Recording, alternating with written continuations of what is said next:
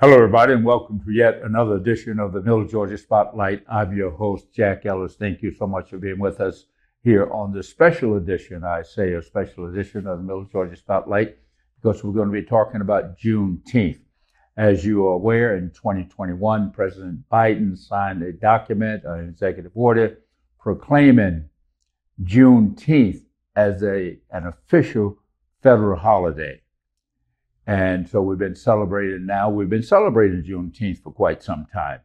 And let's make sure that we're clear about that, especially here in Macon, Georgia. But even as early as 1938, the state of Texas issued a proclamation recognizing Juneteenth as a significant day. And by 1979, every state, including the District of Columbia, had recognized Juneteenth in some form, but in 2021 it became an official holiday.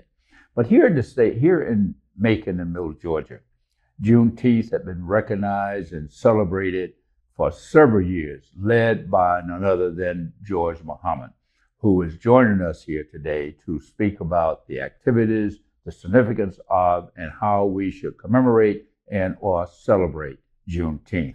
Welcome to our program, George. Thank you. Thank you for having me.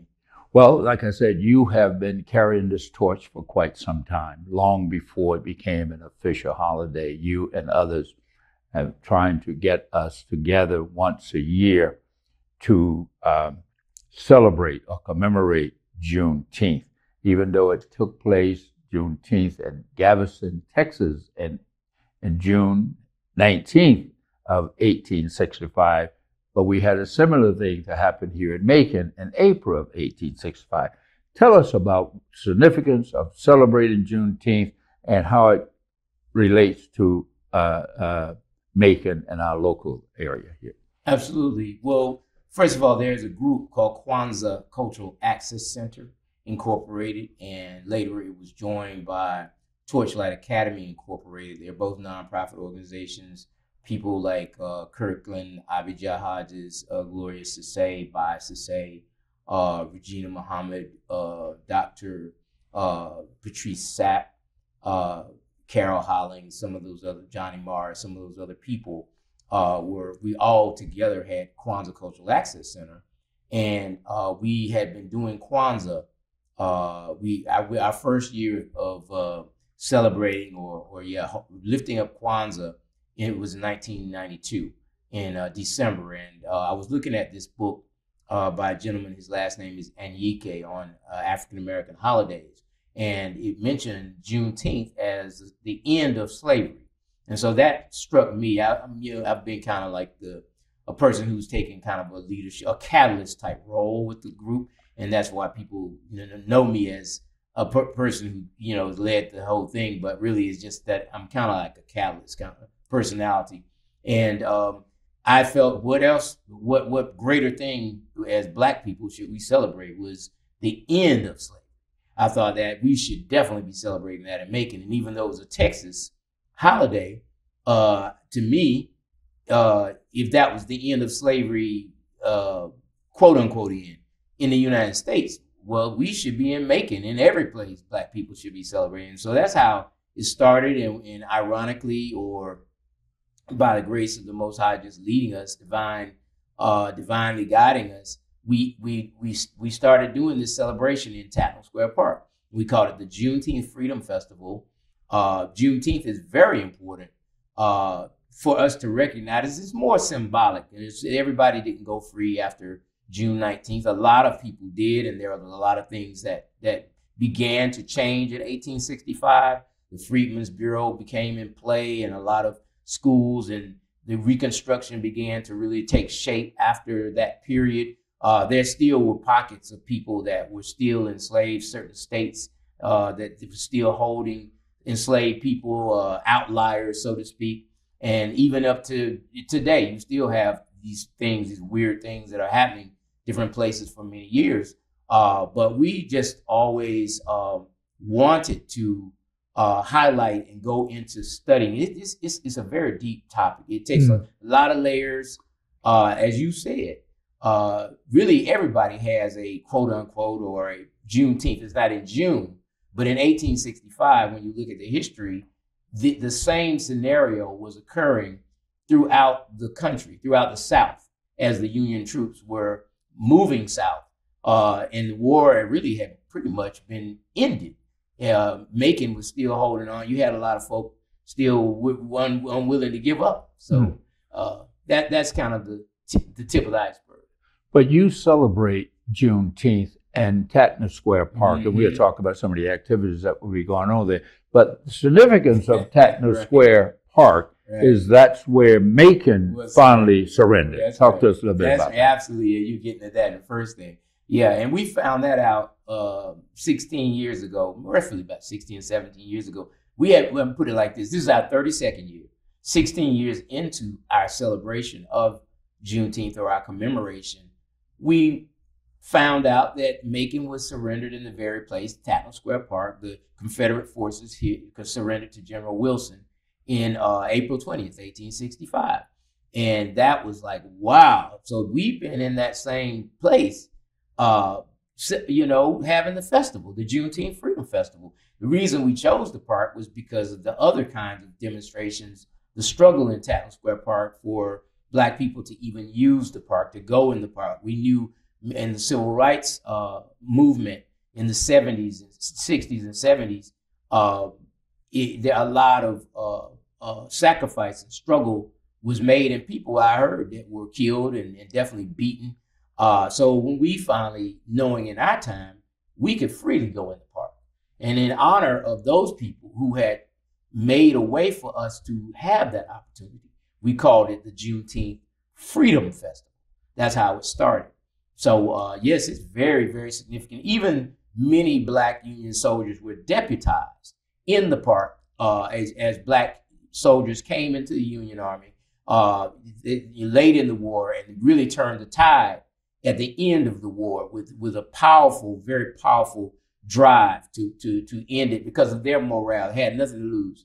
And many were deputized in Tatler Square Park, literally. And they did work, patrolled the streets of Macon in the Central Georgia area.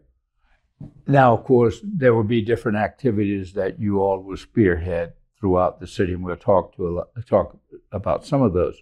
But how should people commemorate? How should we celebrate? I mean, it's a bittersweet time. Obviously, you want to celebrate freedom, that you were free, but how do you look back and reflect on being enslaved in the first place for so many years? So, in your opinion, how should we celebrate it, and how will you, as an organization, be celebrated throughout this week? Well, I think first, personally, to meditate and reflect deeply on what was it like, what might it have been like, from what you've read, from what accounts you can find. What was it like for our ancestors? Really connect your mind with that. I think that is more important than anything, really, as far as the idea of a celebration and commemoration. Really feel in your mind what they were going through, and honor that, appreciate that. And not only the idea of suffering, and it's not about taking the role of a helpless person that's just being tortured. Our people also were great achievers. They endured. They were able to overcome. They were ingenious. And then realizing that this is a struggle that has continued for many long time. I'm talking about going back before slavery, connecting with who are our ancestors, what is the root of our existence as a people. All of that, to me, is a part of what we should do when we say we're celebrating, we're commemorating Juneteenth, our freedom. And understand, in the first place, you are divinely ordained as a free being, and you're not a slave. For now, we say enslaved people. For many years, people would say the slave, and as if that's what you are naturally. You're just a slave, a Black slave, and in people's minds, they get in this mode like, I'm inferior.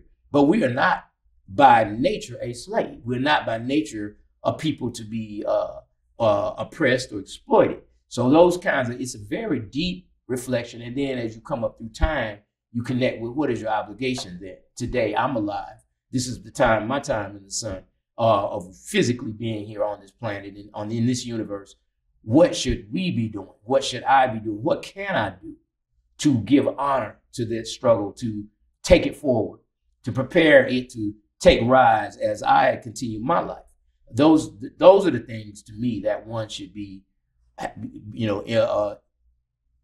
concentrating on, focused on, all around June 19th and really a year round. Yeah. You know, we've heard a lot about reparation, and you make the case. When I say you make the case, I think the case is already made. Mm-hmm. We know how people were used, their bodies, their labor, how we toiled, how we made this country what it is, especially the South, and Georgia in particular. Yes, cotton was king. So when you come to reparation, where do you stand? Should that be something that's part and parcel Juneteenth? Should it be part of the celebration? Should we be not looking forward to, but putting some effort toward getting to reparations? Reparations is due. At the root of the word is repair. The reparations begins with your own soul, with your own mind. We as a person, as a human being, we must be repaired. And this slavery mindset that we are plagued with as a people, this turning in on each other, this self-destructive hate of the color of your skin, yourself, inferiority, sickness. We have to deal with. That's a big part of the repair. However, now on the outside, oh yes, it's due. Reparations is due. As the Honorable Minister Louis Farrakhan has said, y'all owe us the whole GD country. Because with what we built and what we brought, we built this nation. We use the slave labor. And excuse me for saying it like that, but I just want us to really be connected with how serious reparations really is. But again, you can give a lot of money, you can give a lot of land even. People that don't even understand the economic structure, they don't even understand how this capitalism, this system works. We give you money, and it'll be right back in your hands next week or next year, that kind of thing. So that's a deep, very deep prospect.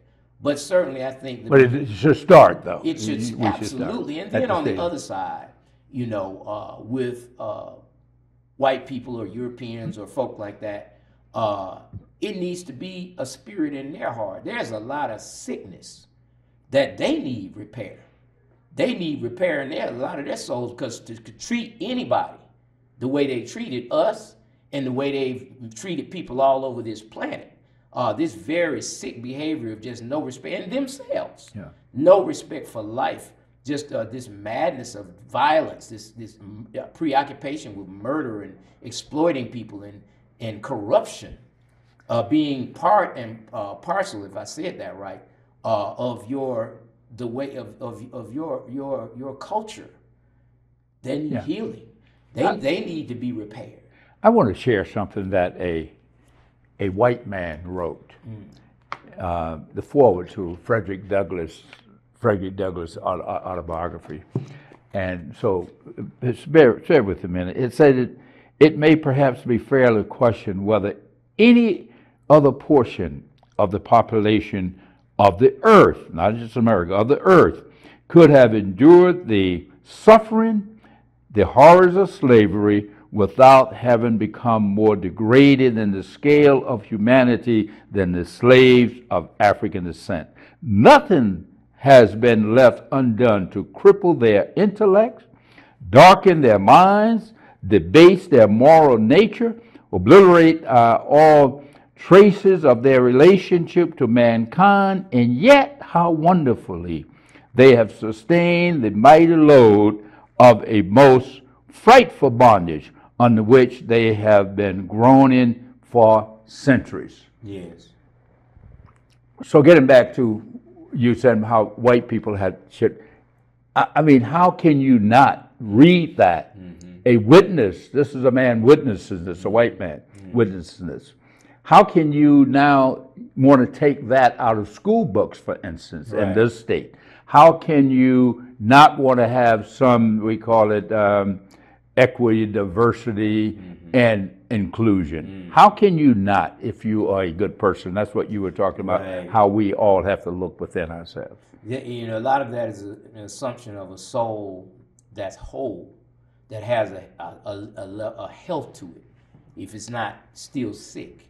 And that's part of what we're dealing with. A lot of people that really still are very sick. They're sick with with fears and things like that. So it certainly, what you said, it makes it very clear. And this gentleman that wrote it has a sense of a conscience that's awakened. The self-accusing spirit is awakened to bring him to really act as a human, to act with a godly or righteousness about himself. We certainly have had things like there's a Judge Taney. I think they took his statue down up in D.C. And I'm kind of paraphrasing, but he spoke about making an effort to cut off every avenue of that through which light may enter their minds. That he spoke it, he wrote it. That it should be our objective to cut off every avenue through which light may enter the minds of black people, of Negroes, of these individuals, of these melanated people who had been enslaved. And it's intentional to try and keep them by any way you can back. So that is something that needs to be held in mind as we talk about reparations. Look at all the work that was done. The same kind of, if we really gonna make it right, the same kind of level or effort of healing, of correcting, needs to be given. That same level of energy, that same level of striving needs to be, that was done to be done wrong, needs to now be put toward doing right. Okay, well, obviously you are, like I said, 32 years that you and your organization have been trying to educate the public as to, the horrors of slavery, how we should celebrate it, how we should commemorate it. Tell us some of the activities that will be going on this week, the entire week of celebration of Juneteenth. Yes, sir. Yes, sir. Well, it's a great honor to be on your show and to have an opportunity to share. And we, throughout the week, every year, we strive to have an entire week, at least, Georgia Juneteenth week. We connect with Pleasant Hill because of its great historical significance. The Pleasant Hill neighborhood, the many, many institutions and luminaries that have come through that neighborhood, and even today are buried in Linwood Cemetery, sacred ground. So we start with the Pleasant Hill neighborhood reunion, and then we are moving two events. The reunion is Saturday, June the 8th, from noon to 5, striving to help the revitalization of Pleasant Hill with all that it's struggling against.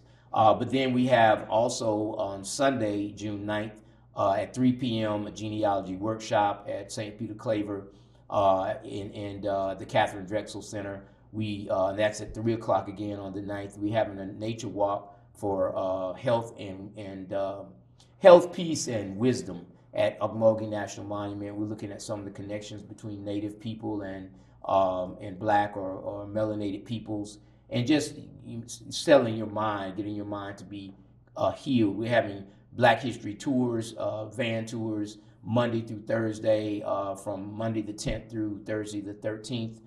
That start at Terminal Station at 6 p.m. each day. People can call 478-718-8067 to get on one of those tours. We're having a hip hop summit on Friday, June the 14th, about the real original hip hop art forms, the breakdancing, the MC, DJing, the things that really were very beautiful art form that unfortunately have been distorted and hijacked in years since. But we want to keep that in the minds of the youth and show them what that hip hop art form, just like jazz and other art forms, is. We're going to have the Juneteenth Freedom Festival for 2 days in Tappan Square Park, God willing. And that's Saturday and Sunday. That's the 16th, 17th? 15th and 16th. 15th and 16th. June 15th and June 16th from 1 to 9 on Saturday. and from 3 to 9 on Sunday. And that's basically lots of exhibitions about our history, enriching types of experiences, live music, performing arts, African dance. Terry Gila Axum's group is coming again with dancehall productions, and they do African dance. It's like dance theater. Last year they did a tribute to Harriet Tubman in their presentation. So they're going to close it out on Saturday evening. On Sunday, it's a fathers and family celebration because it's Father's Day. But we want to encourage people to celebrate Father's Day in the park. And we have some very beautiful experiences out there for people. It's going to be an awesome concert at the end at 7:30. David Sanchez, Latin Jazz Ensemble. He's a Grammy Award-winning Latin artist from Puerto Rico. And some of the great music we'll have, going through that park for a free concert. And just want to also remind people about the parade.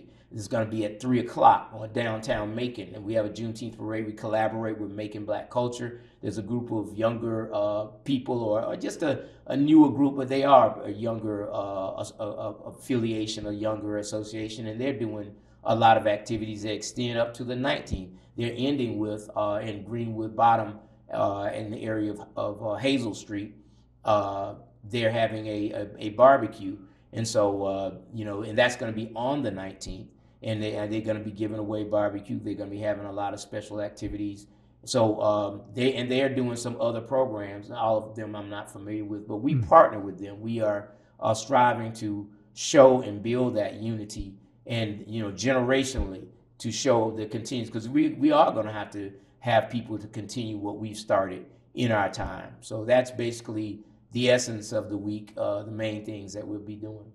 So you want to educate, you want to commemorate, and you want to celebrate. Right. So and inspire. And inspire. Yes, sir. In other words, we want to have this connection with our ancestors, Absolutely. if you will, and give respect to them and recognize the horrors that they went through. So that's the connection that you were talking about. We have to connect with them. Today, one of the biggest things, in public schools, it's just such a heavy political thing. You don't teach Black history and all this stuff. Our children and our grandchildren and many of the youth, the younger generations, are not being exposed to the history that would empower them to really know who they are. And it affects the way you act. It affects your engagement civically. It affects so many. It affects you as a father. It affects you as a mother. It affects you as being able to how you would guide your family. It affects your level of striving and your values. Yeah. We get caught up on just money, on materialism, and then we don't understand also the crucial need to be in unity and not tearing each other apart, which we have allowed to happen, that divide and conquer over and over again. You see it play out locally, politically this year. We still have not learned those lessons. And so we really, there's so much for us to learn from this vehicle of Juneteenth. And I'm going to get your point. We have about 2 minutes left, but get your idea. White people must understand is that we are not about hating them by teaching our history, that we are not trying to make them feel guilty. That's right. We are not hating on them. We want our people to know. We want Black people and want them to know. Right. And they should want to know about the history of this country. Right. And about the people who have built this country, that people that they see walking around every day that look like, people that look like you and I, and to know that they just didn't show up here. That's right. That they came, for the most part, through the enslavement of a people. Yes, it's a very complex and difficult interaction. But justice, when you talk about reparations, you're striving to bring about justice. The question, Thomas Jefferson spoke about. He shudders in his fear about, that justice can't sleep forever. His fear that, knowing if one day when justice comes about, it is going to be something very serious. So being able to have also realized that for whether you're white or Latino or Asian or Indian, this experience that these people who were chattel in this country went through is very much important, that you respect it and that you realize that something has to be done to heal us all. So we have great lessons to learn from it. And that's just the bottom line. So we can't keep running away from it, and we're not here to beat up any white people or to cast them into the sea of whatever. It's about, if we really want to do better and we ever want to live up to what it means to be a human being, we're gonna have to be honest. We're gonna have to be sincere. Truth and reconciliation. That's what Nelson Mandela, after he was in prison for 27 years, that's what the hallmark of South Africa, to get races together. Truth, first of all, deal with truth. Then you can have reconciliation. But first of all, we must deal with the truth. Yes. And speaking of a white gentleman, here's another one, Mr. O'Connell. This was in Ireland in 1848, and he's speaking. He said, no matter, he said, Mr. O'Connell, under what special terms it may be disguised itself, slavery is still hideous. It has a natural and inevitable tendency to brutalize every noble faculty of man. Mm-hmm. This is coming from a white man speaking. Absolutely. So if we take that and extrapolate it out 400 years, that of course people would then say, and then Jim Crow put on another 100 years of Jim Crow, then I think people would understand reparation is in order. That's right. And it's due. It's in order and it's due. And it's due.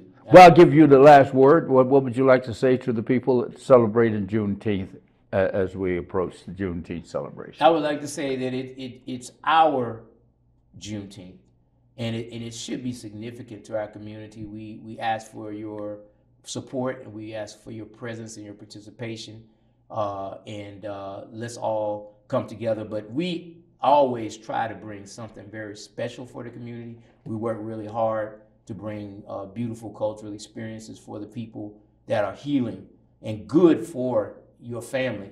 So we ask your support, that you will come out and take part of it, that come out and enjoy it. Seek it out, and also support it. And definitely the corporations, the individuals, businesses, as well as corporations, support the work that we are doing and that others are doing to bring something of beautiful substance out of what Juneteenth is and our work in the community. We need that support, and I think it's due, because our people need to be healed.